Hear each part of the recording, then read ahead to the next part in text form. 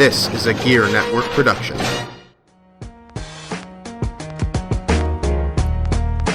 Ladies and gentlemen, it's your boy, Mr. Perez, and you're listening to the Better Live Than Dead podcast, brought to you exclusively on Gear Network. Listen in. Welcome, episode number 57. 57. Better Live Than Dead podcast. I am Ryan Wolf, live from Buffalo, and joining me on the FanDuel hotline, Mr. Perez. What's up, peoples? Now, I'm just going to, off the bat, just apologize for the audio. I don't know if it's going to sound good, if it's going to sound bad. It may sound great. I don't know. But as you may have noticed through the past 56 episodes, there are some days where the computer that we record the podcast on just does not want to work. And, well, unfortunately, this morning, today was one of those days.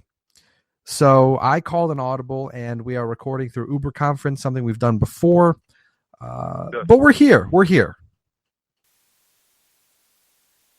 That's what matters, really. Exactly. We're here, and we've got some sports to talk about. And you know what? I'm not even going to mess around. I'm just going to jump headfirst into the news.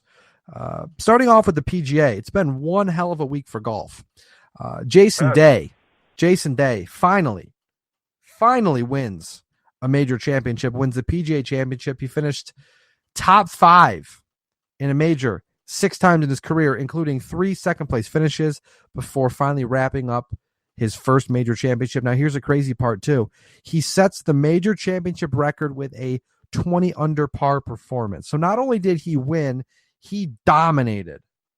Yes, he did. Now, the no slight on Jason Day, but the man of the hour, who has been the man of the hour for the entire 2015 golf season, Jordan Spieth. He finishes second. He finishes this season's major season with a first, a fourth place, and a second place finish. Absolute domination. And he also moves to number 1 in the World Golf rankings over Rory McIlroy. What a year. I'll tell you what.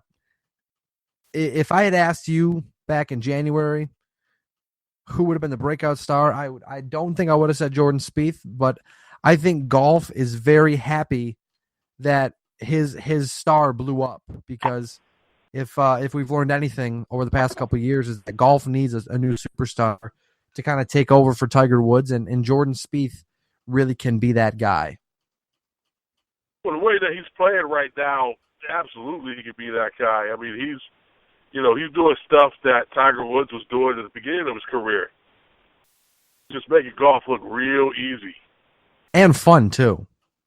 Yes.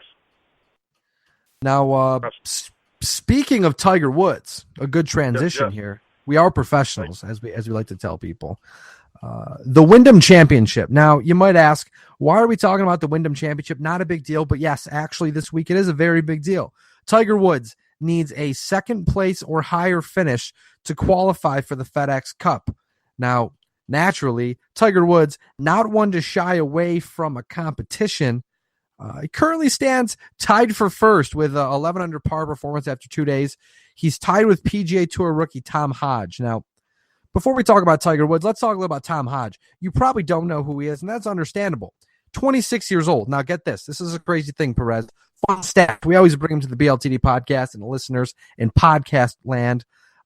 Tom Hodge has played a total of 79 rounds on the PGA Tour. Now, mind you, the man he's currently tied with, Tiger Woods, has 79 wins on tour. I'm not sure you could have made that up any better, but currently inexperience is Tom Hodge's thing. Yeah, no, that's a true story. That is a true story. But and I mean, the Wyndham doesn't have a lot of big names in it right now. No, but I'll tell you what, Tiger Woods is doing what Tiger Woods has to do. Now, Tom Hodge, just one last thing. He's the 315th ranked golfer in the world. So he's currently having a day. We'll see through Saturday, through the weekend, if it holds up. But Tiger Woods has had a roller coaster season, to say the least. But this performance, I mean, if it gets him into the FedEx Cup, that's good. I don't know how he'll perform in the FedEx Cup, but I guess at this point of his career, if whatever good performance you can get from Tiger Woods, you take it and you run with it. But I was going to say, yeah, frankly, it's nice to see Tiger play well right now. it's nice to see Tiger be Tiger. I don't see that happening. His problems are fixable, but it's good to see him playing right now. Well, I'm just saying well. it's good to see like Tiger being Tiger, as in Tiger Woods dominating and winning a tournament. That's nice to see. Wait, is that what you said? I thought you said it'd be nice to see Tiger retire. Oh no, sorry, Tiger being Tiger. Gotcha. Yeah. That's true. The perks of doing a podcast through a computer and a cell phone. Right. It's all good. Hey, like you know what? Next weekend, hopefully, knock on wood, cross our fingers, hold our breath, count our lucky stars, all that stuff. Hopefully, next Saturday we're together at the Wolf Den Stews. But right now, like I said, we're busy people. We're all over the world, kind of in the same place. But you get it. One last thing about golf before we move on. Oak Hill Country Club will host the 2023 PGA Championship. They hosted the 2013 PGA Championship. Very good news for the Rochester area. And if I'm not mistaken, something along the lines of PGA wants to kind of keep Oak Hill in the swing of things every so often, have them host a major championship, most likely the PGA Championship every handful of years. But no matter what, that's great news for golf in Rochester and golf fans in Rochester. So obviously we'll have more on that as the time comes. But just awesome stuff to hear that Oak Hill is going to host the PGA Championship again. That's a true story. And the cool thing about that is when the PGA was here in 2013, the cigar shop that I work at part-time, we, as I've said many times, we manufacture our own cigars.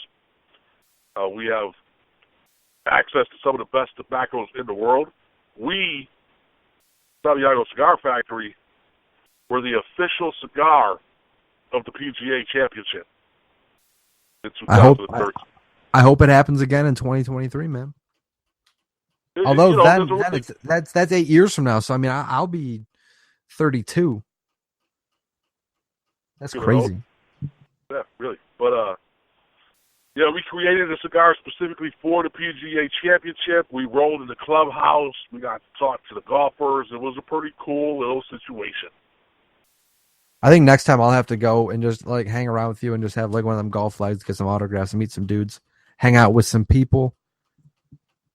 Have some impromptu podcast interviews on like BLTD 9000 and 750. Right. We'll talk with the PGA Tour.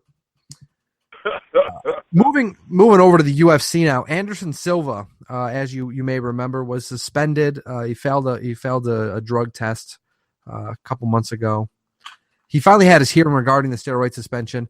He was handed a 1-year suspension, fined $380,000. He claimed his positive test was brought on by a male enhancement pill. If I read it correctly, he did admit to using like a Cialis type pill, but it was one of those black market pills, and that's he claims that was what broke the camel's back and caused the positive test. Although you believe what you want to believe. Anderson Silva can return to the UFC on after the 31st of January in 2016. He has to pass a test, have a clean urine sample go through, but there's no doubt he'll be back to fight at least once or twice more. The UFC is just not the same without Anderson Silva being on top. It's weird because he was dominant for so long, then he broke his leg, then he failed the steroid test, and then you're kind of like, this is really, I don't know, it's really kind of uncomfortable and weird because you're at that point where he's 40, so he's obviously towards the end of his career.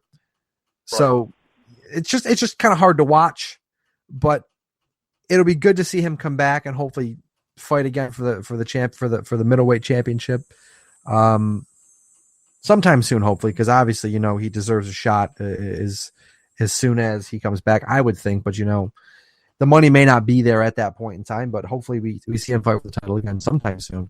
But speaking of the UFC middleweight championship, Chris Weidman, current champion, will face the number one contender Luke Rockhold at UFC 194. I promise you, that will be one hell of a fight. Now, mind you, don't forget, UFC 194 main event is McGregor Aldo. Co-main event is going to be Weidman Rockhold. That will be one hell of a pay-per-view if you're looking to get a UFC pay-per-view, hold out for UFC 194. It's going to be action-packed, jam-packed. Even if all the other fights are terrible, those two fights should pay for the event alone.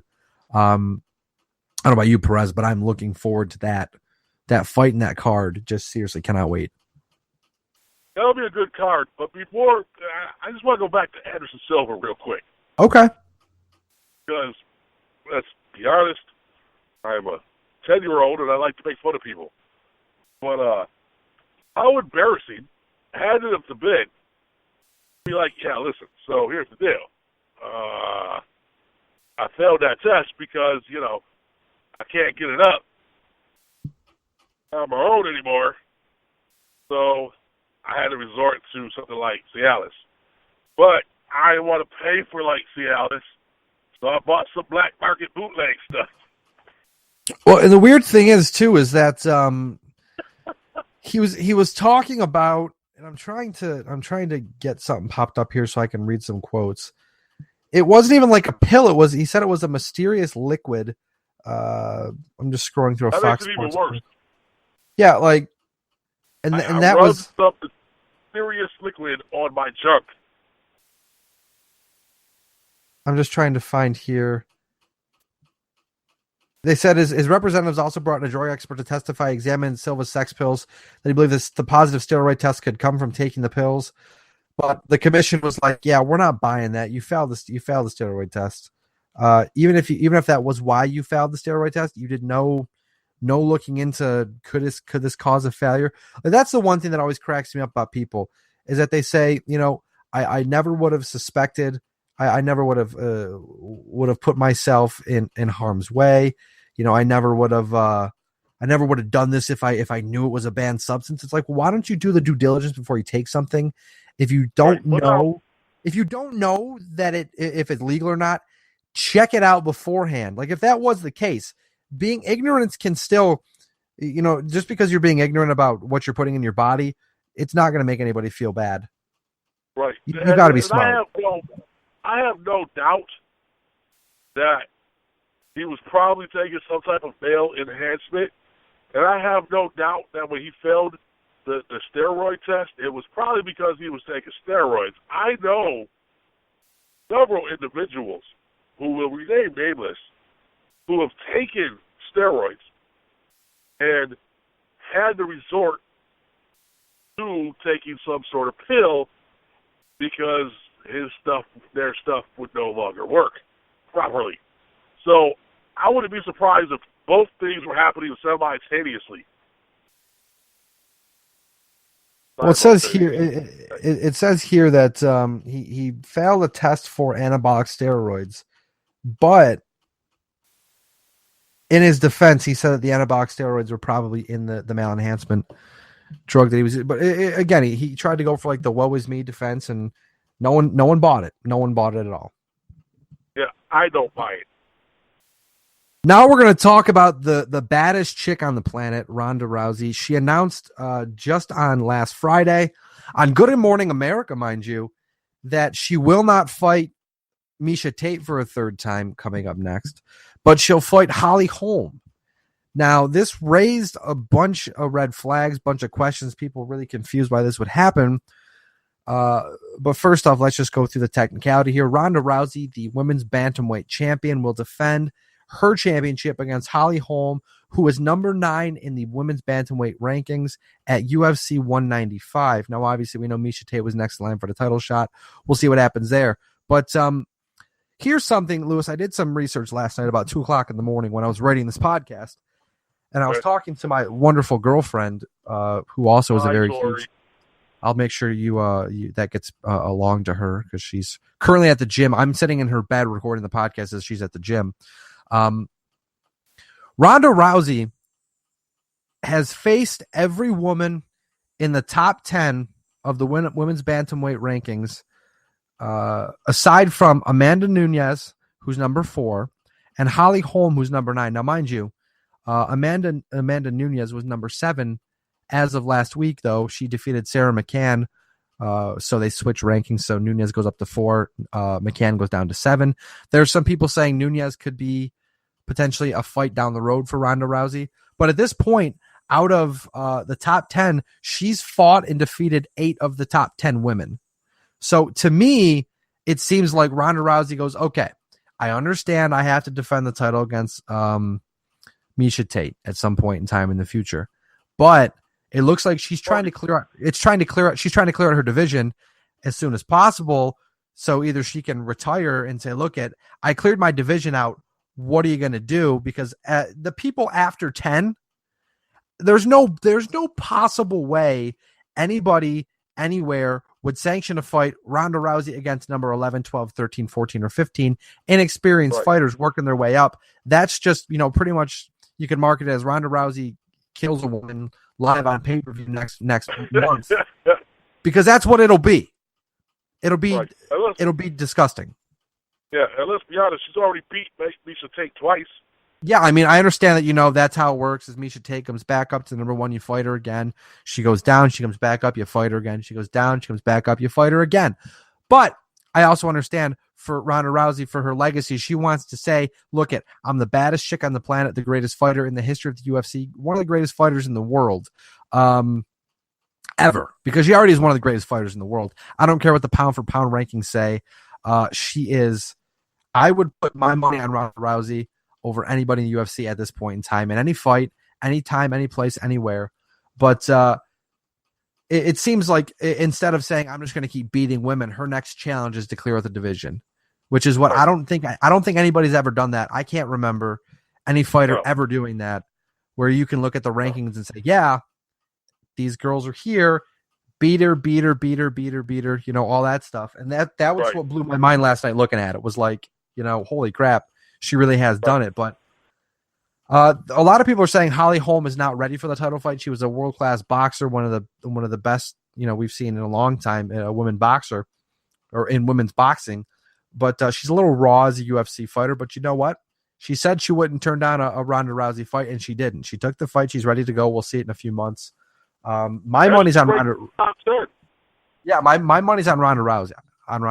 As usual. But we have to remember too. I think there's 15 women in the bantamweight division right now. So right, but if you're ranked in the top 10, you deserve a shot. First of all, absolutely. So who cares if people feel like that she's not ready? She's ready enough to be number 9 ranked, so she's obviously put in some work. Hey, we'll see how it works out, man, for sure. But oh my God! Also, I want to point out really quick. Ronda Rousey's camp here with me right now. Why is that? Because this girl's got a phenomenal ass walking through the parking lot. Oh God! Holy cow, that was beautiful. All right, sorry about that. You're okay. Ronda Rousey's camp earlier this week turned down a fight. Catchweight fight with Chris Cyborg, mostly because Ronda Rousey is 135, goes up to about 148 when she fights. Cyborg's 145, who goes up to about 175 when she fights, or something like that. So it would just be it'd be completely unfair, and it just makes no sense. And Cyborg's camp continues to say Rousey's the champ, she can move up. But really, when Rousey's the champ, Cyborg's got to come down if she wants to fight. Ronda Rousey has nothing to prove. And if Ronda Rousey doesn't fight Cyborg ever, it's not really going to hurt her legacy because she's beaten everyone that's been put in front of her. Right, and we've seen it time and time again where people go above their weight classes. If you go up that high, sometimes you're not in the best condition that you should be.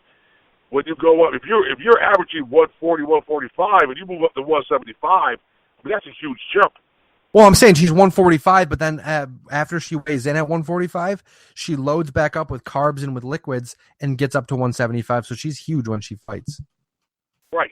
That's what I'm talking about, Chris Cyborg. I'm talking about Ronda. Oh, I'm saying with Rousey, they would want Rousey to go up to 145. Right, and 145 to that's 30 pounds difference right there. There's no way Ronda Rousey would get up to 175 to fight. It would hurt her. It would definitely hinder her. So if Cyborg wants that fight, he needs to, stop taking steroids and come down to 145, 150. I bet Ronda would fight her at 150. I think Ronda won't fight her unless she's at 135, and that's that. I see nothing wrong with that. Yeah, me neither.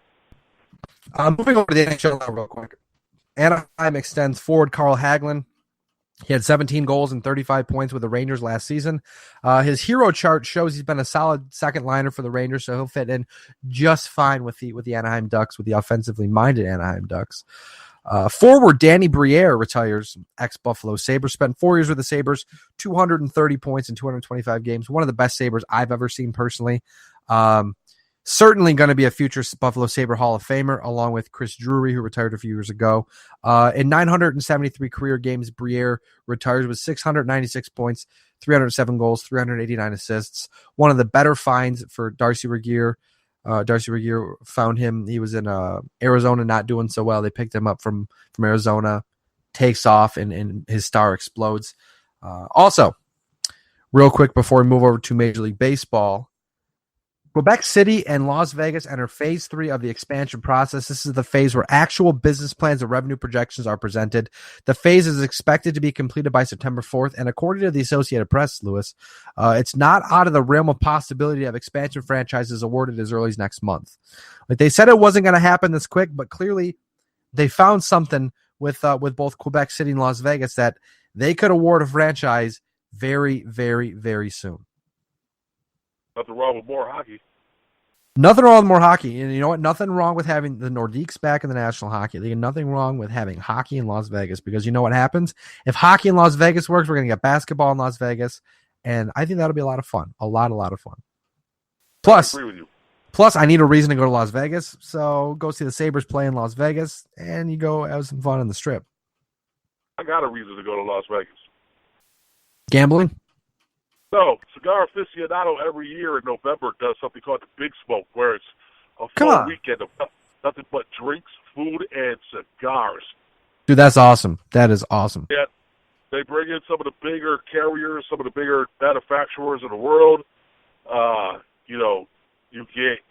You get like 50 free cigars, including stuff that hasn't come out yet. Not like you don't already get a bunch of free cigars. And it's not like I don't get stuff that's not out yet either, So, Exactly. You've got. I'll tell you what. You've got the hookup, man. You know people who know people. Yeah. Actually, you know what? You know how people say, like, I know people who know people. You're the guy that just says I know. You just know the people that people know. I just know the people. Yeah. Yeah. Like last week when I was at the Rocky Patel event, I was chilling with Dimish, who's Rocky's cousin. We sat down for a good hour and a half, just chatted. But that day I had 3 cigars that have not come out yet, and one's not coming out till October. And they were very picky with who they gave those cigars out to, so it was nice to be in that group of people who got those cigars. It was mostly people that worked at that cigar shop and me. That's awesome. Yes. Well, hey, I want to move over to Major League Baseball now. A lot of crazy stuff happened this week, man. Like, good, bad, and ugly. But we're going to start off with the good. 2 no-hitters since we last recorded episode 56 on a Thursday. So it's been 10 days almost.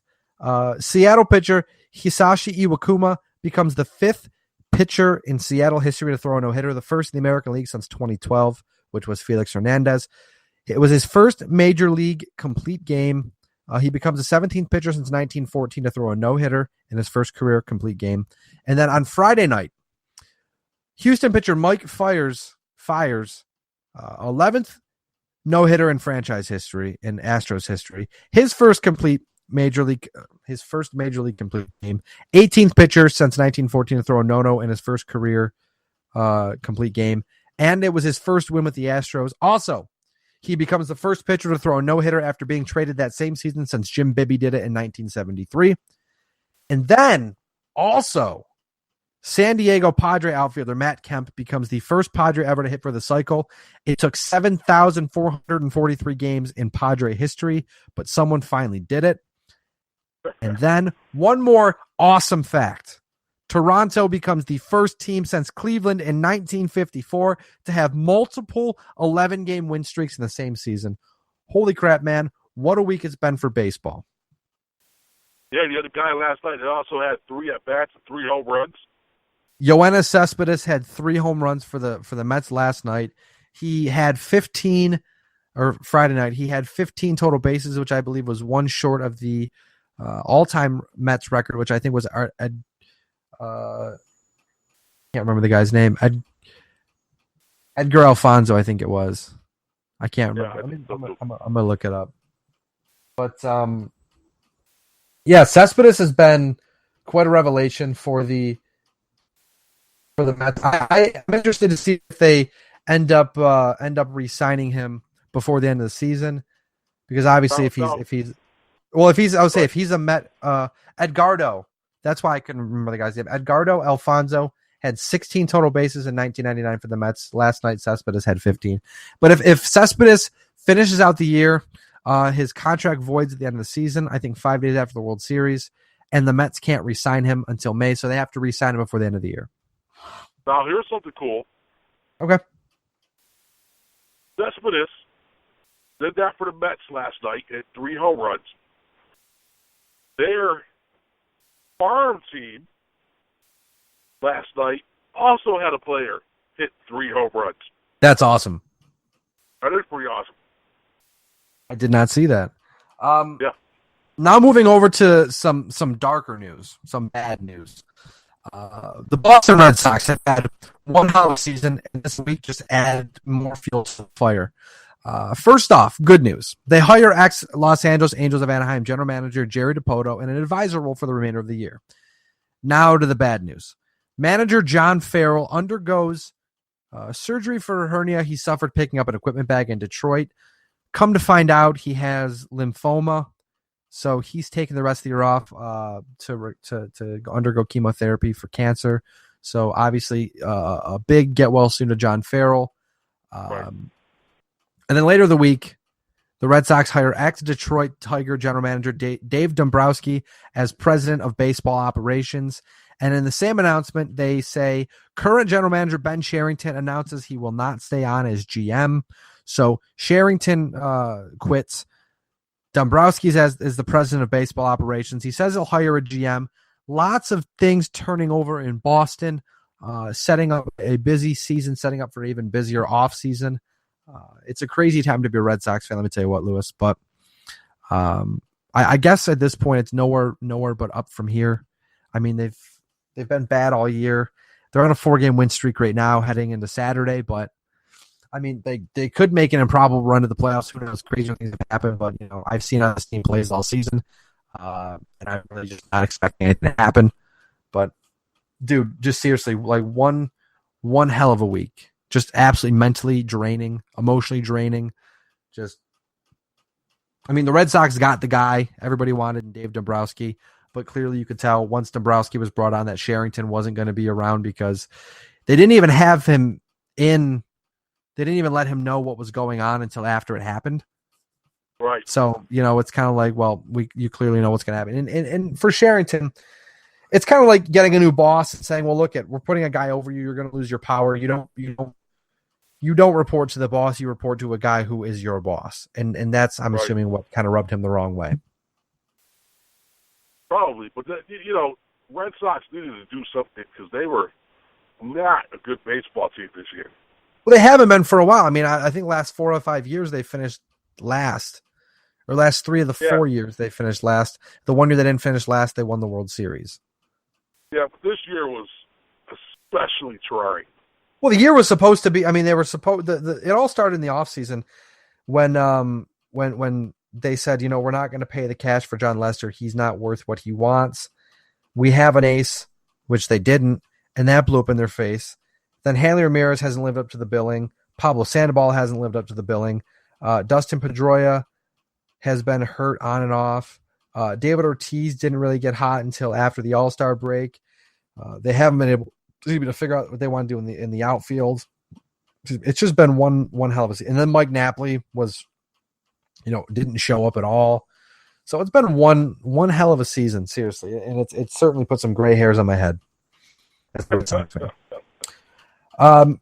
Moving on now from the Boston Red Sox, because I could go for days on the Red Sox. I've got so much to talk about with them, and I'll save it for the offseason when stuff starts to happen. But the Texas Rangers acquire outfielder Will Venable in their quest to try to get a wild card berth. The Dodgers acquire second baseman Chase Utley. Now, this is crazy because it pushes the Dodgers payroll to roughly $307 million, which something funny to point out. Mike, going back a second, Mike Fiers no-hit the Dodgers Friday night. He becomes the first pitcher to ever no-hit a team with a $300 million payroll because the Dodgers are the first team ever to have a $300 million payroll. But which is crazy. It's crazy. Utley's average is ugly at 213, but in the last 15 games, his average is 321. So it seems like he's showing some signs of life, and maybe being in a playoff, a pennant race can reinvigorate him. But this season, he's got a negative 0.3 WAR, wins above replacement, which means he's 0.3 of a win worse than an average player. His defense is half of a win worse than an average player, but obviously his reputation as a phenomenal second baseman precedes him. So we'll see how that one works out. The Giants lost Hunter Pence, so they go out and acquire outfielder Marlon Byrd, who went 3 for 5 in his first game with the Giants. His role will be undetermined following Pence's return, but obviously if he's strong now, he'll carve himself out a nice little role there in San Francisco. Now, last thing before we move over to some football news. News came out this week in 2010. New York Yankee general manager Brian Cashman told then Yankee shortstop Derek Jeter during a contract dispute in the offseason that he would rather have then Rockies, now Blue Jays shortstop Troy Tulowitzki at shortstop over Derek Jeter. According to Sports Illustrated, Cashman told Jeter, quote, "You really want me to answer that?" When Jeter said, "Who would you rather have?" He said, "We're not paying extra money for popularity. We're paying for performance." Now, Jeter was coming out of the 2010 season. He had a then career low 270 average with 10 home runs, 67 RBIs. He was looking for a 4 to 6 year extension ranging from 22 to 24 million per. He settled on a 3-year, $51 million extension. Now, when recently asked about it, Cashman said, quote, "Sometimes honesty hurts, but if you're being paid to do a job, do the job." He also went on to say Jeter was, quote, "the greatest player I will ever have." Do you see anything wrong, Lewis, as a Yankee fan, with Brian Cashman playing hardball with Jeter, one of the greatest Yankees we'll ever see, when Jeter wanted a ton of cash and Cashman was like, "Yo, bring it down because you're not the best right now. There's better out there, and we'll go get better if we have to, if you don't want to accept this deal"? Well, the last couple of seasons that Derek played were awesome seasons. He played very well. Maybe that lit a fire under his arse. So that's a good thing. But at the same token, the last thing you want is for something like that to blow up in your face, where, your franchise player looks someplace else even though he didn't want to. That's a tough one. That's iffy. I don't know if I would have did that. I mean, I get it. I get why you would do that, to try to be like, "Yo, dude, I understand." It's interesting because you have to kind of play hardball with guys sometimes, but then again, you have to be able to coddle your superstars, especially a guy like Jeter. If he walked, I mean, it would have been really bad for that organization, for Brian Cashman, because he would have the firestorm would have been incredible, and it just would have been. It would have been mind-blowing to see him push Derek Jeter out the door. Obviously, they came to an agreement, which was good. But, still, it's crazy to see the business side of things. At the end of the day, it doesn't matter who you are. It doesn't matter how great you are. Baseball, any sport, any professional sport is a business. And you have to do what's best for business. Signing Derek Jeter to a 4 to 6 year extension, 20+ per year, not good for business. And that would have greatly blown up in Brian Cashman's face, as we saw when the deal played out. So, I mean, I guess it's good that he stood his ground, and that's why he's one of the best. He knows when to stand his ground and say, no, you have to listen to me. This is how things are going to go. If you don't like it, there's the door. You're great, but you're not great now. We'll see what happens. And it paid off for him.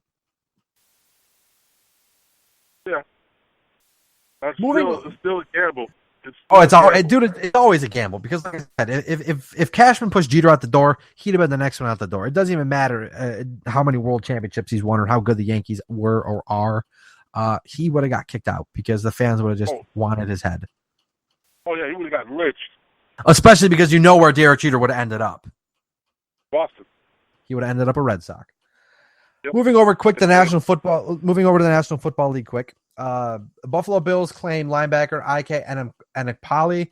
Not a surprise. Rex Ryan has a lot of experience with him. He knows him just as good as anybody else does. Plus, he knows Rex's defense, so he should fit in decently even if he makes the team. The Indianapolis Colts extend wide receiver T.Y. Hilton to a 5-year, $65 million extension.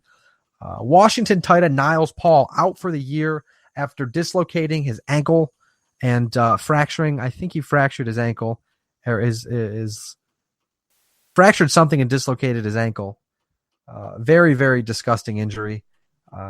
Jacksonville tight end Julius Thomas with a hand injury out for the preseason. Chicago rookie wide receiver Kevin White out with a stress fracture. San Diego quarterback Phil Rivers signs a 4-year contract extension. It looked like before the preseason he was headed to free agency for sure, but they figured that out. The Cardinals sign running back Chris Johnson. Here's an interesting thing, Perez. 2 NFL teams in Los Angeles next season could mean division realignment since teams would be sharing a stadium. So that to me tells me one thing. That was news that came out this week, but that tells me one thing. San Diego and Oakland are the teams to be in Los Angeles because it looks like St. Louis will get their stadium in St. Louis. If they don't, obviously they'll move. But to me, it sounds like Oakland and San Diego move to what is it? They move to Los Angeles. There we go. Thank you. I'm talking to myself as I record a podcast with you, Lewis. Thank you. I'm very talented. But if Oakland and San Diego move to Los Angeles, you have to put a team probably in the NFC West. So they're saying you put Oakland in the NFC West or San Diego in the NFC West, and then you move the Arizona Cardinals to the AFC West. It all seems to work out. But the further along we move this year, it does look like we're going to get a team in 2 teams in Los Angeles. It seems like a done deal at this point. Nothing wrong with that. Football in Los Angeles is a beautiful thing. A couple injuries to talk about. Miami cornerback Louis Delmas tears his ACL. Carolina wide receiver Kelvin Benjamin tears his ACL. A very, very, very, very big loss for the Carolina Panthers. Arizona offensive lineman Mike Iupati out with 4 to 6 weeks with knee surgery. Buffalo Bills defensive tackle Marcel Darius reportedly turns down a 6-year, $90 million contract extension. Apparently he wants Ndamukong Suh money. So it'll be interesting to see how that plays out. He did say on Saturday that he would accept the franchise tag at the end of the offseason. He would sign it, but to me, it sounds like the Buffalo Bills need to get this deal done as soon as possible. Marcel Darius is becoming a game changer on that defensive line for the Buffalo Bills. One of the best in the game. He's really developed into a phenomenal tackle. And with this defense, I mean, I feel like, and we'll find out really quick. We saw last year when he got hurt, the Bills defense is not the same without him. And we'll certainly see week 1 when he's suspended how badly the Bills defense needs him. I mean, they signed Red Bryant, who's a good run blocker, but in pass protection, he's not very good. So we'll see how the defense is without him. And I'm sure it will show us that the Buffalo Bills really need to pony up or ante up and pay the man. Probably a couple of dollars. Just a couple more than the $90 million they offered him. Last thing before we go to commercial break. Reports out of Buffalo are Rex Ryan wants Tyrod Taylor as a starting quarterback because of the big play opportunity and the ability to run. But the opinion of the rest of the coaching staff is that Matt Castle should be starting because of the consistency. He's essentially Kyle Orton 2.0. But here's the thing. The coaches consider the defense is strong enough to mitigate Taylor's big play ability, and making Castle the quarterback would be the safer choice, according to Bleacher Report. Now, I understand why they would say that because, again, Tyrod Taylor is a big risk, big reward type of guy, where Matt Castle may be a lower risk, but the reward may be better because he can essentially game manage like Kyle Orton did, and then the defense can kind of take care of the rest of it. Whereas if Tyrod Taylor comes in and has a horrible game, the defense is mediocre, you're going to lose. Where if the defense is mediocre, Matt Castle could step up and have a great day and put the team over the top. So got a couple more weeks in preseason to find out. Rex Ryan says he won't name a starter until before week 1's game with the Colts, but I'm sure as the preseason goes on, we'll get a better idea of who's going to be the starting quarterback in Buffalo. Yeah, they need to make some type of decision because it's not fun right now. I'll tell you what, I'm on the Tyrod Taylor bandwagon for sure. Like I'm all for it. He looked good the other day. He did look real good. But with that being said, this is the news you need to know. How you doing? When we get back, Lewis is going to say hi, and he's got a story for us. Stick around. More of the Better Life Than Dead podcast next. While you're listening to this podcast, make sure you follow us on social media. You can follow me at WolfSHC on Twitter. You can also follow Mr. Perez at MRLG Perez. Make sure to like the podcast on Facebook. That's facebook.com/BLTD Podcast. And make sure to follow Gear Network on Twitter at GERE Network. This free and independent sportscast is made possible when you shop the Gear Network store through Amazon.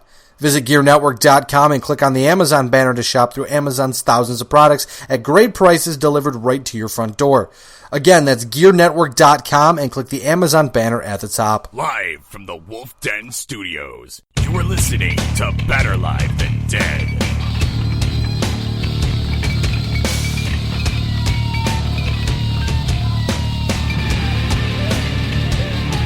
Back here on the Better Live Than Dead podcast, Ryan Wolf, Mr. Perez joining us on the FanDuel hotline. I am live from Buffalo, New York. I feel like I have to point that out. It's a pretty cool deal because I'm doing the podcast kind of on location from my girlfriend's bed, whatever. But right now, Lewis, it's your turn to take the reins on this podcast and say hello to somebody. So this week, we'll switch it up a little bit. And who I would like to say hello to today is a lady named Jennifer Westhoven. She is a co-anchor on Headline News on Channel 21 on cable with Robin Meade, who is also actually quite fine.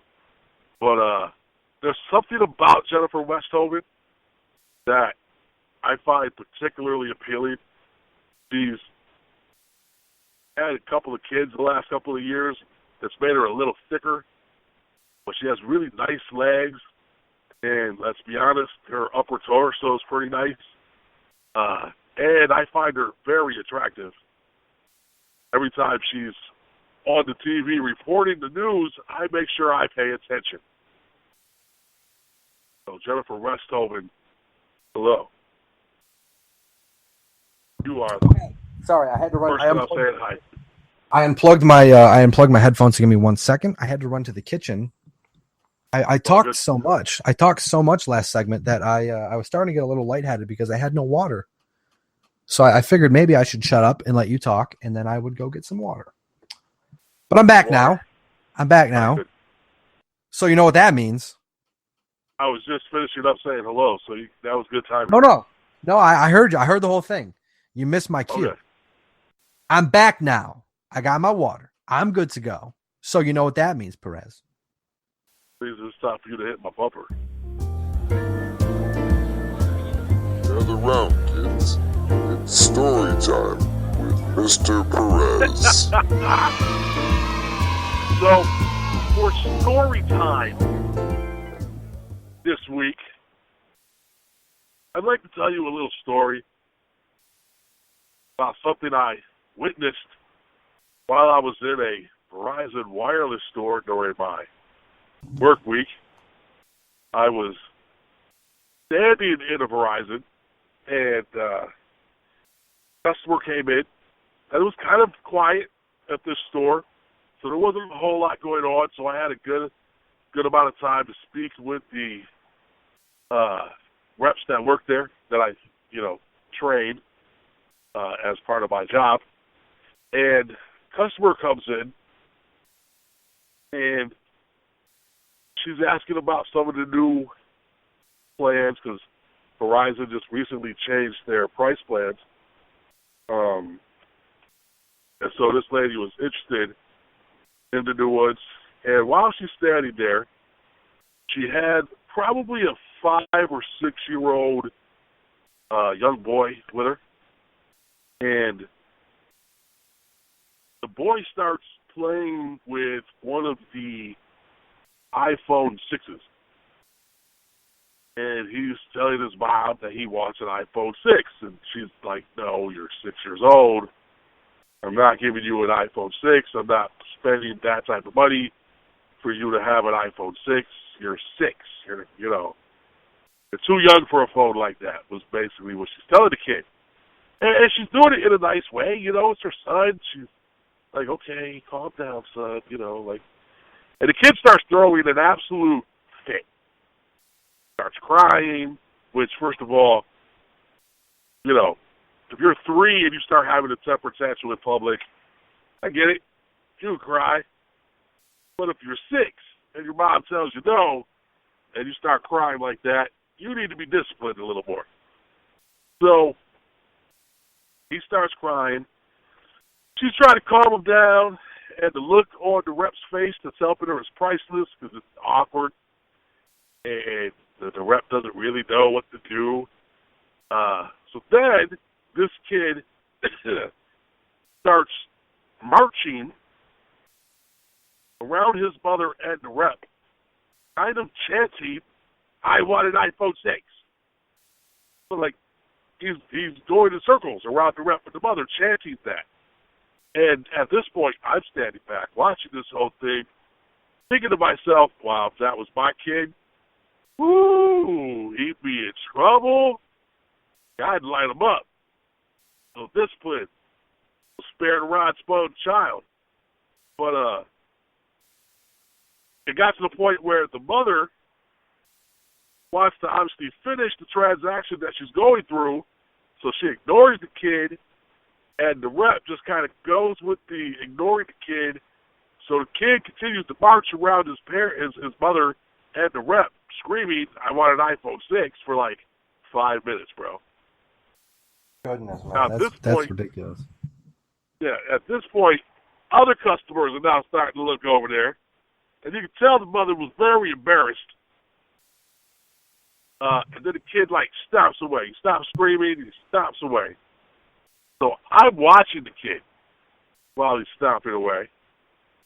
And the mother's like, all right, let's finish this up real quick so I can get out of here. So the kid walks over to the iPhone display, where they got 2 iPhones on display, a 6 and a 6 Plus. And he picks it back up. He doesn't say anything. But he stands there looking at the phone. He's holding it. And he looks over at his mother and the rep. And he goes, Mom, can I please have an iPhone 6? Very calmly. He calmed her right down. And she was like, son, no, I explained to you why. We can talk about it later. He then lets out a blood-curdling yell and proceeds to rip the iPhone 6 out from the security apparatus and throws it on the ground. Hard. Dude, holy hell. Yes.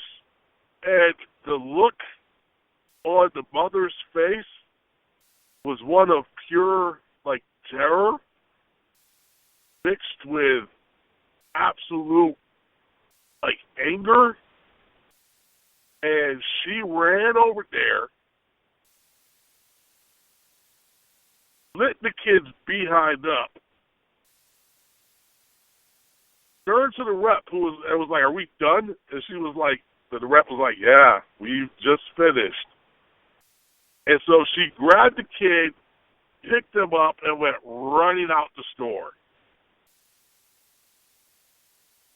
I couldn't believe it. Like, the kid yanked on it. Like, you know, if you're in a store, sometimes you hear the alarms go off that someone accidentally, you know, pulled it out somehow. Like, this kid full on ripped it out, and slammed it against the floor hard. The case, the screen cracked. They had to, you know, replace it. But yeah, it was. So did she get charged for it? No.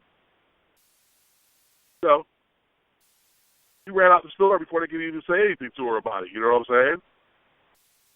The rep obviously had no idea what to do. The managers were in the back. And a couple of the reps who were out there, they all were kind of stunned. So she took off. Like, the moms took off. And, dude, I'd imagine that kid got whooped when he got home. Because I'd have whooped him. Yeah, I mean, like, don't be a dick. Seriously. I don't care. I mean, the kid will probably learn at this point now, but don't be a dick. Yeah, you know, I mean, you're 6, but that's still kind of like, I can't believe you just did that, kid. Yeah, that's garbage, man. Seriously. Dude, my parents, I would have been able to sit down for a week, bro. My parents would have tanned my behind. It was crazy. I just seriously can't. I can't even like fathom, imagine, whatever. I just can't comprehend that. Like, dude, if your kid's being a bastard, like, teach your kid to not be a bastard. Yeah, but I mean, you know, I guess it's not that hard. Bro. Yeah, but the problem is nowadays parents don't discipline their kids like I was disciplined when I was growing up. Well, we talked about this back with Adrian Peterson thing. I mean, months ago. It's all different now. Right. You know, because if parents want their kids to stop crying or whining, they give them what they want, or they, you know, here's a phone, here's a tablet, here's a computer, here's, you know, electronics.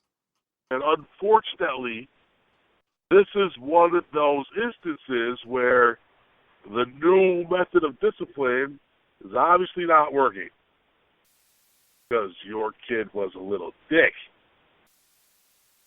who proceeded to destroy public, you know, property, basically.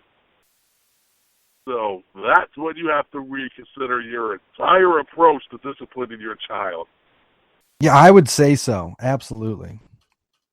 I want to take a commercial break really quick.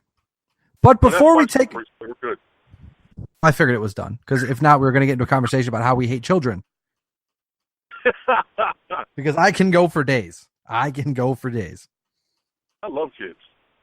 Me too, usually, if they're not piles of garbage. Right. Like, I love my niece and nephew because they're not flaming piles of garbage. Right. So, you know, that's my story, and I'm sticking to it before I get myself in trouble. Here's a bit of a teaser, sir. When we get back here on the Better Live Than Dead podcast, we're going to talk the National Football League, but we're not going to talk football. We're going to talk fantasy football. That's right, my friends. You probably already had your draft, or maybe your draft is coming up. Either way, fantasy football is coming up quick. The season is approaching fast. We're going to talk some strategy. We're going to talk some players and more. We'll be back here on the Better Live Than Dead podcast. Stick around. Do you enjoy listening to Better Live Than Dead, but you're not always by your laptop to hear it on GearNetwork.com? Not to worry, we've got you covered. Better Live Than Dead and all other Gear Network podcasts can now be heard on iHeartRadio, iTunes, in the Zune Marketplace, on SoundCloud, Spreaker, Stitcher Radio, and on TuneIn Radio. So make sure you get one of the aforementioned apps to stay up to date with the latest Gear Network podcasts.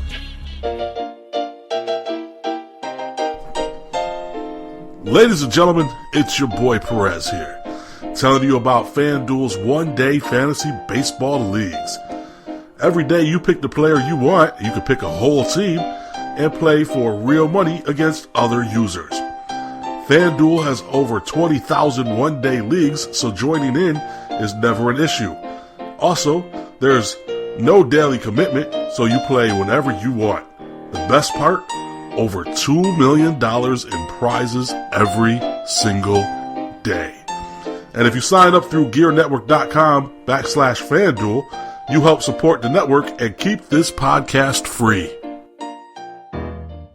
Well, folks, it's August. It's the dog days of summer. Some are glad, some are sad, but the end of summer brings on back-to-school shopping. And right now, our Amazon page has all of your needs for all of your back-to-school items that are on your list. Check this out. Everything from pencils, pens, crayons, and markers to notebooks, folders, binders, and more can all be purchased right from our link on your computer or the Gear Network app, and your supplies can be delivered right to your front door, and that allows you to enjoy what's left of summer. That's it. No hassle. No annoying lines at Walmart where there are 20 registers open and only 2 cashiers. None of that. You use the link, click what you want, purchase it, check out, you're done. I can't think of an easier way to get my kids' school supplies and support this podcast all at the same time, because there is no easier way.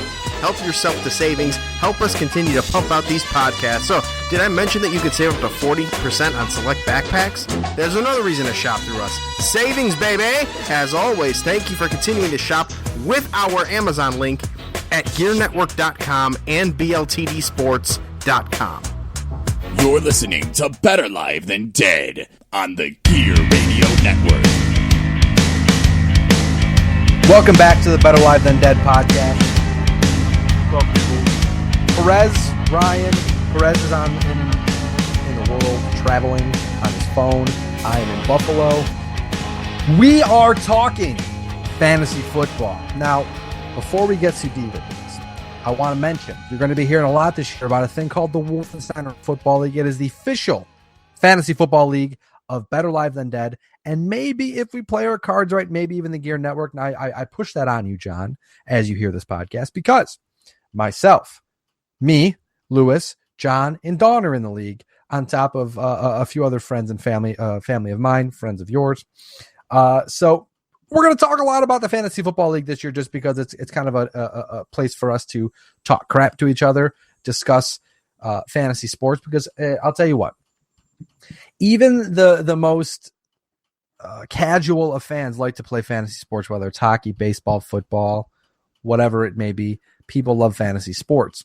So we're going to talk regular football, and then we'll talk fantasy as well. We'll have like a fantasy minute, fantasy corner, whatever we do. We'll talk about it. We'll keep you posted about what we're doing and about what we think is right and all that stuff, because we're experts. We're so smart with this stuff. But I did notice this week, Lewis, you drafted for John's league, and you had Kelvin Benjamin, I assume, because I saw John mention something. You looked very angry.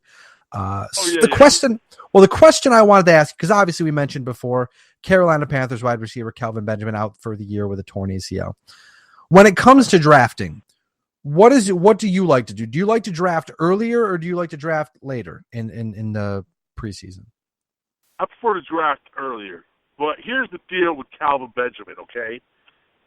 And I know John listens to this, and I said it to him while we were sitting there. I think he wanted someone to draft Calvin Benjamin because nobody was drafting them. Obviously, he was hurt. And I had even said, like, is he hurt? Did he get hurt today? And John confirmed, yes, he got hurt. So at one point, I looked down, and it was the later rounds. We had already drafted all of our starters. So we were drafting a couple bench players. And I looked down, and I'm suddenly, somehow, in auto-pick. I've not been in auto-pick the entire time, but suddenly I'm in auto-pick. And I can't get out of auto-pick. And so the best player on the board was Calvin Benjamin. So obviously the system drafted Calvin Benjamin. And then John says, oh, let me get you out of auto-pick. And he hits a button, and I'm no longer in auto-pick. So the screw job was in then. Well, just for that particular player, like we said, I had already drafted my starters. But yeah, it was quite suspicious. Okay, so that was an inside job, but I mean, for me personally, when it comes to fantasy football, I like to draft as late as possible. Obviously, we're doing our draft on August 30th on a Sunday night.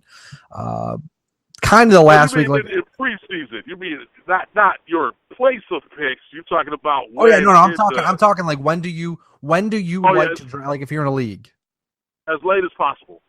Okay, that's what I like with us with our league. You'll learn soon, Perez, because obviously it's your first year in the Wolf and Center Football League. But I like to draft as late as possible because usually either you don't know roles or right. you'll be able to pick out who might be a sleeper, who might be a steal, who's not going to be as good, all that stuff. I think I'm going to have to set it up to auto pick, unfortunately, because I have to work tomorrow afternoon. I'm talking the 30th, man. Tomorrow's the 23rd. Oh, tomorrow's the 23rd. All right, never mind. Yeah. Plus, it's at night, 7 o'clock at night. Why did I think it was at 1 o'clock in the afternoon tomorrow? I have no idea. Me but either. I set it to. I'll double check, but I did set it to 30 to 7. John know that. Well, I did on. I let him know on Facebook, so he should. I mean. If you guys show up and want to draft, you can try to draft. But I posted. That's why I have you guys tagged in a Facebook group. So if anything happens with the league, I don't have to send it a mass text. I just put it on the internet and it'll alert you on Facebook and let you know that someone posted something. For some reason, after the draft the other night, I looked to see when our draft was for this league, and I could have sworn it was like 1 o'clock in the afternoon tomorrow. That was really weird. It might have been there and it didn't change, but I'm going to double check right now as we talk about fantasy football, but I'll double check and let you know before the podcast is over. But moving over to some hot topics now, some things that I was looking at draft boards and rankings and whatnot. Hi, Jennifer Westhoven. A lot of people have Le'Veon Bell ranked as the top running back. Now, interesting because Le'Veon Bell is going to miss 2 games to a league suspension. Do you believe Le'Veon Bell drafting Le'Veon high, and no pun intended because he was busted smoking or busted high under the influence of marijuana? But do you believe drafting Le'Veon Bell high and missing 2 games is worth the reward of having Le'Veon Bell? I believe it is. I drafted him. It says here, by the way, on our fantasy, it says August 30th at 4 p.m. Pacific time. So, yeah, 7 p.m. August 30th. All right, cool. Also, John changed his team name to Korean Jesus. Okay.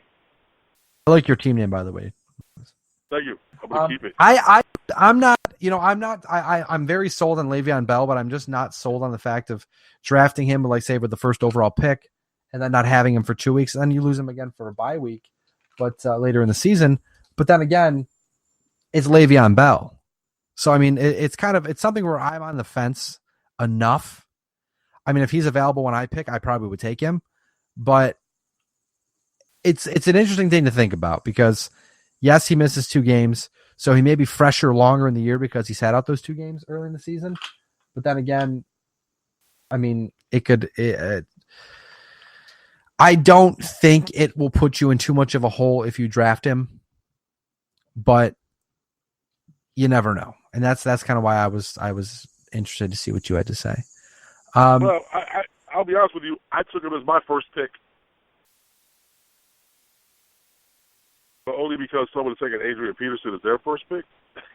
Hey, you know what? That's a good transition because I was just about to ask you. Do you think AP will have as dominant of a season as many people expect? No, I don't think so. And I would have taken him first. That's just me. But I believe that because he was out all last season, you can work out as much as you want, but you're not in football shape.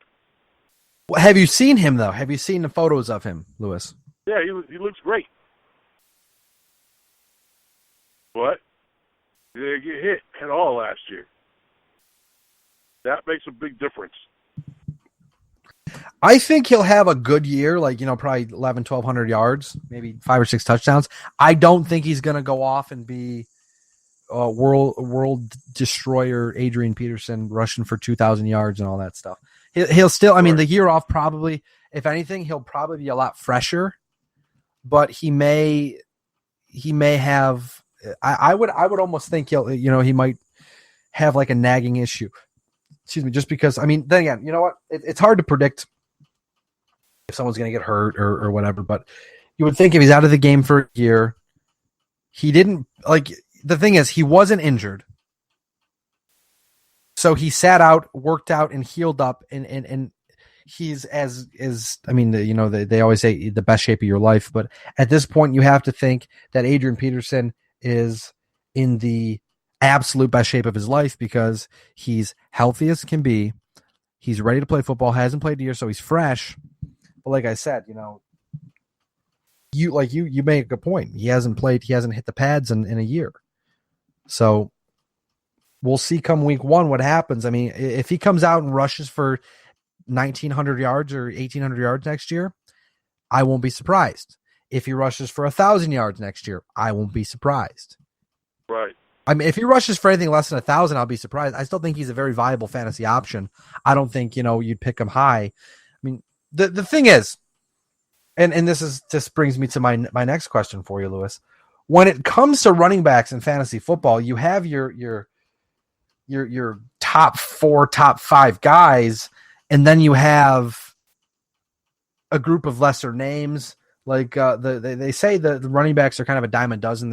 You can get them later in the draft and still have a decent shot at having a very good running back. I mean, I think about it, and I almost try to go. I mean, if you get Le'Veon Bell or a guy like that high, you take him and you run with him. But I'm of the thought process where you almost want to draft like a wide receiver, like a skill position high. You get a guy like a Calvin Johnson or an AJ Green really high.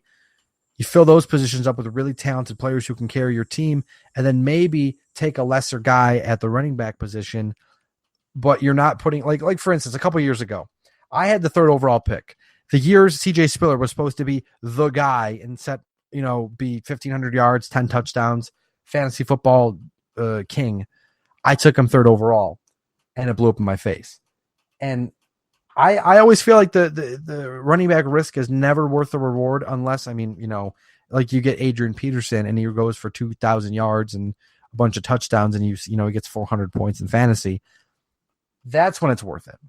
But I just feel like maybe you go wide receiver early, or again, if you get a game-changing running back, go for it. But I like to go wide receiver and kind of get a good wide receiver, good quarterback, good tight end, and then maybe kind of parts and pieces of running back position. Because again, it's like with defenses, you can pick and choose guys and put them. Okay, my running back's facing the worst rush defense in the league. He may not be the greatest running back, but he's facing the 32nd rush defense in the league. He's going to have a week. And then the next week, you put in the guy who will face a bad rush defense. Like I said, with defenses, you find you may not have a great defense, but you can pick someone off the waiver wire that they're facing a team with a really poor offense, so they're going to have a good week. So you put them in, you get 15 or 10 or 12 points. Good. You may not have a phenomenal week and get 20 points, but you get 10 or 12 points and you'll be fine. That's how I feel about running backs. Yeah, it's tough because you got those people who would rather get a very good running back right off the bat because of the fact that, you have the few elite running backs, because you'll have a bunch of elite wide receivers. So getting a good running back can be very important in the scheme of things. Yeah, I guess we'll see. And the thing too is I try to go in with a game plan. Like I used to study a lot and like get an idea of who was going to be great and stuff. But now I just go in and just wing it because I have a good enough idea where like if I'm sitting there wherever I draft, I'm very comfortable with whoever's on the board. I mean, the worst case scenario, at the end of the day, we pay $10 to play for trophies. Right. It's all for fun. I mean, it's really all so we can have a structure to talk crap to each other. So, I mean, At the end of the day, it's not life or death. If I make a bad pick, I make a bad pick. But, I just try to have as much fun as possible with it and just try to take the best player available. Don't overthink it. Don't try to shoot for sleepers early. You know, if it's late and you're like, well, this guy might be good, I'll go for him. Go for it then. But with a small bench and a lot of talented football players, you might be able to make it work. Yeah, it'll be interesting to see how it goes this year. My team's not bad, so it'll be fun to see how it goes. Also, real quick, don't forget next Saturday when you come over, bring $10 for me, please. Yep, I will. Thank you. I think if I can get some cash during the season, I'll get a traveling trophy, a big trophy. But for now, we just do the small trophies. We'll talk about it. But it creates a lot of fun, a lot of trash talking, a lot of fun stuff. I think you'll really enjoy it. I'm glad you're finally in the league because it almost feels weird now not having you around in the league because we talk so much. So I can't be like, oh, Lewis this, Lewis that. You know, now I can be like, yo, dude, you saw what happened. That was some garbage, right? And you'd be like, yeah, whatever. You know, you're stupid. That's usually how our conversations go. I'll be like, Lewis, oh my God, this happened. You're like, yeah, shut up. You're dumb. I just gave away the premise of every podcast we've ever done. Right, exactly. Last thing before you're dumb, I'm dumb. I won't, you know. And then we agree on something, and then the podcast is over. Right. Last thing before we go to commercial break. Do you have any top picks in your mind where you think they may disappoint? Man, you know, I was just looking at the lineups. Could have answered that for you a second ago. I'm hoping that Russell Wilson has another good year. You know, he just signed that big contract. There's been some moves. Well, you have to remember, too, they added Jimmy Graham. Yeah, so that's true. And I drafted him as my quarterback. So I'm hoping he'll continue his high level of play. But I think at this point, I think it's very difficult to draft someone for, like, the Buffalo Bills quarterback. Like, you don't want to take a Buffalo Bills quarterback this season because that's not going to be good. Now, I believe that their defense is going to be awesome. So I drafted their defense. Plus, they were the second-ranked defense in fantasy. So hopefully they won't let me down. But I feel like that has the potential to backfire on me. Because sometimes if your offense is not playing well, your defense is on the field a lot more than you want it to be, and you'll get tired. And that's kind of what I feel like may happen, but I'm hoping that's not what happens. I think with the Bills defense, I feel like they're going to be good no matter what.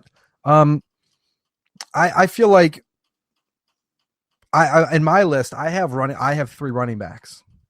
Like I was looking at the rankings. I saw it like last night. Matt Forte. I'm just going to start off with this one, and I'm just going to say I'm probably wrong on this one because Forte has been consistent for so long, and they have a new head coach, John Fox. He was decent with offenses, or at least he was decent with Denver's offense. So you figure, I know there's a lot of talent there, but then again, there's some talent in Chicago. Jay Cutler's decent. Forte's good, but I just had a gut feeling on this one because he turns 30 this year, and that's usually when running backs start to decline. Now, mind you, he did rush for over 1,000 yards last year. I think it was 800 yards receiving. He's one of the best in the business.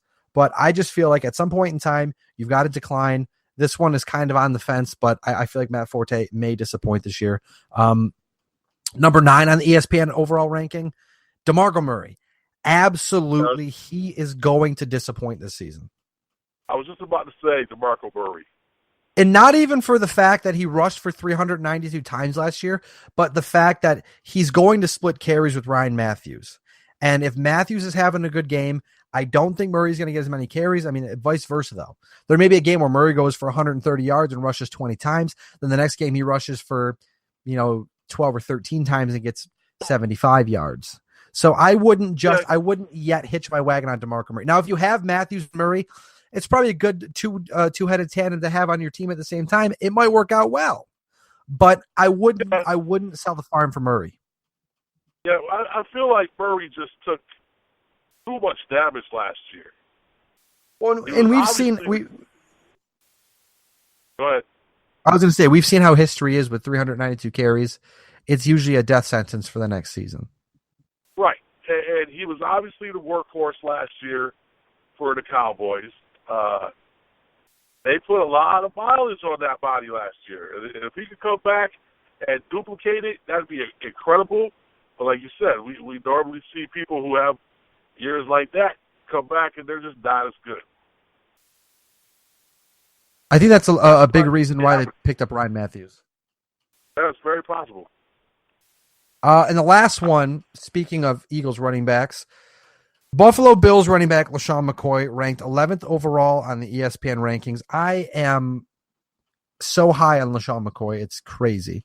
But he had a 4.2 yard per carry average last year. It was his worst for a 16-game season. He had 4.2 in 12 games in 2012.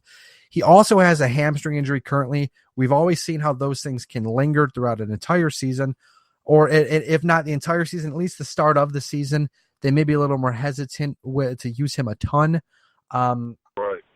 Again, I could be wrong, but just reading the tea leaves here, I'm not completely crazy on drafting him in fantasy football. I might want to stay away from him.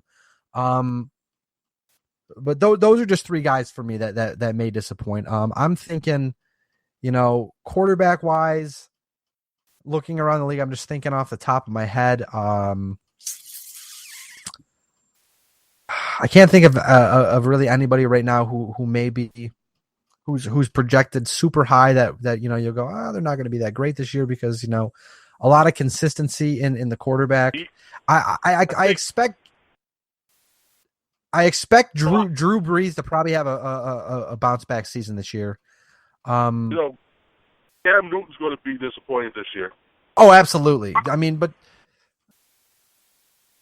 kind of when really hasn't Cam Newton not been disappointing, because there've always been high hopes for him, and he's just never hit those expectations, Yeah, but he normally plays pretty good. But this year, he's got so many injuries around him that it's just going to be difficult for him. I mean, at some point in time, they'll figure it out. But hopefully with Devin Funchess stepping up, hopefully they can figure it out. But I just kind of feel bad for Cam Newton, man. I feel like Eli Manning's going to be another one of those guys. It's going to be very. I don't think Manning will be disappointing. I mean, if Odell Beckham Jr. and Victor Cruz can stay healthy, I think Manning will have a decent season. I thought about saying that Manning would disappoint, but I always feel like aside from interceptions, he has been a reasonably good quarterback. I should not say good, reasonably okay. He's good, not okay. He's good, but he throws a lot of picks. Yes, he does. Running back wise, we already discussed it. Wide receiver wise, I don't, I can't think of anybody off the top of my head that might not live up to the billing. I mean, Bills wide receivers, depending on who the quarterback is, the numbers may not be as great, but they're still going to be decent. I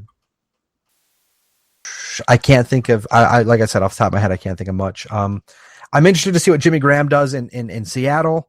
I'm interested to see what a guy like Stevie Johnson can do bouncing back in San Diego with Phil Rivers. I am very interested to see what happens in Carolina with their wide receivers and how they all develop. But besides that, it's just the same old, just ready for fantasy football, ready for some action, man. It's been a long time coming. I agree. We'll talk more football next week, obviously with the preseason wrapping up, with fantasy football, the fantasy football draft for the Wolf Insider Football League being a week from Sunday, week from the 23rd on the 30th. So stick around for that. We'll talk more. When we get back, we're going to wrap this bad boy up and get the show on the road.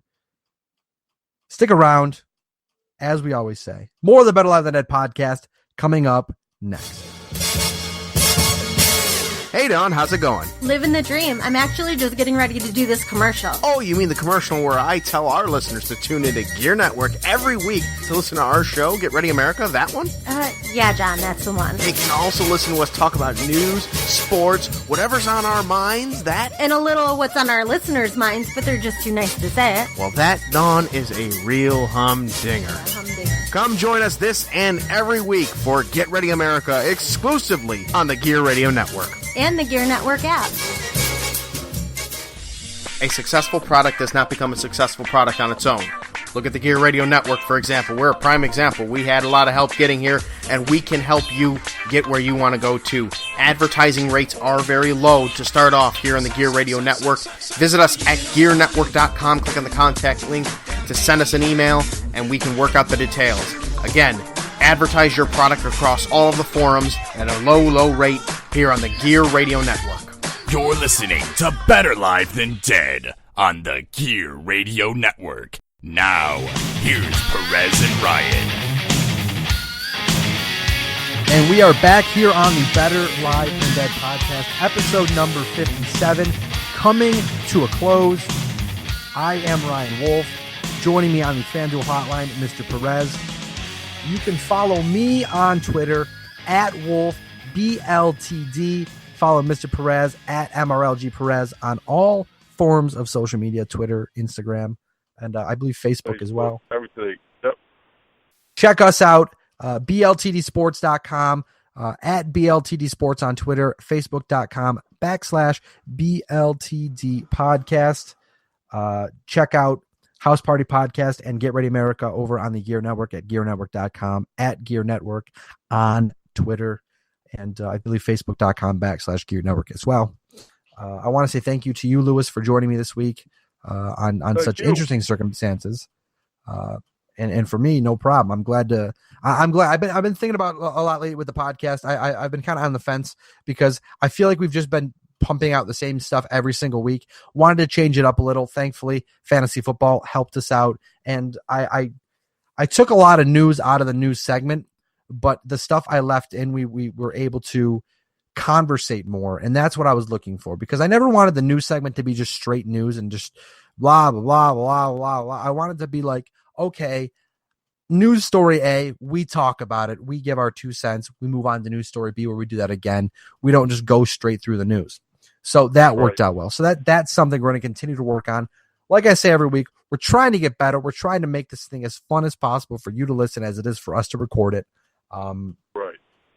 I want to say thank you to each and every single one of you who tune in every week. You guys keep us going. Thank you for going to BLTDsports.com. It means the world to us. We're trying to make that a thing, have a lot of fun with it, trying to get credentialed so we can bring more sports to you, Rochester sports and Buffalo sports. So please tell your friends about BLTD Sports. Tell them about the BLTD Podcast, and we'll keep bringing the news to you each and every single week. Yes, we will. Hi, Jennifer Westover. With that being said, for Mr. Perez and for Ryan Wolf, we'll get it right. We are better live than dead. you're not. We will see you next week, back live together for the first time in a long time in the Wolf Den Studios at the Emanon Family Estate for the first time ever at the Emanon Family Estate. We'll be live, but it's going to be good to be back. We'll see you next week. We'll see you next week. Maybe we can have some donuts, Lewis. Maybe we can have some donuts. I have to stop and grab some before I head out there. But we are better live than dead, like I said. You're not. We got to hit it twice this week. It just feels right. We'll see you Saturday. We'll see you next week. Thanks again for tuning in, my friends. It's been a pleasure. Better.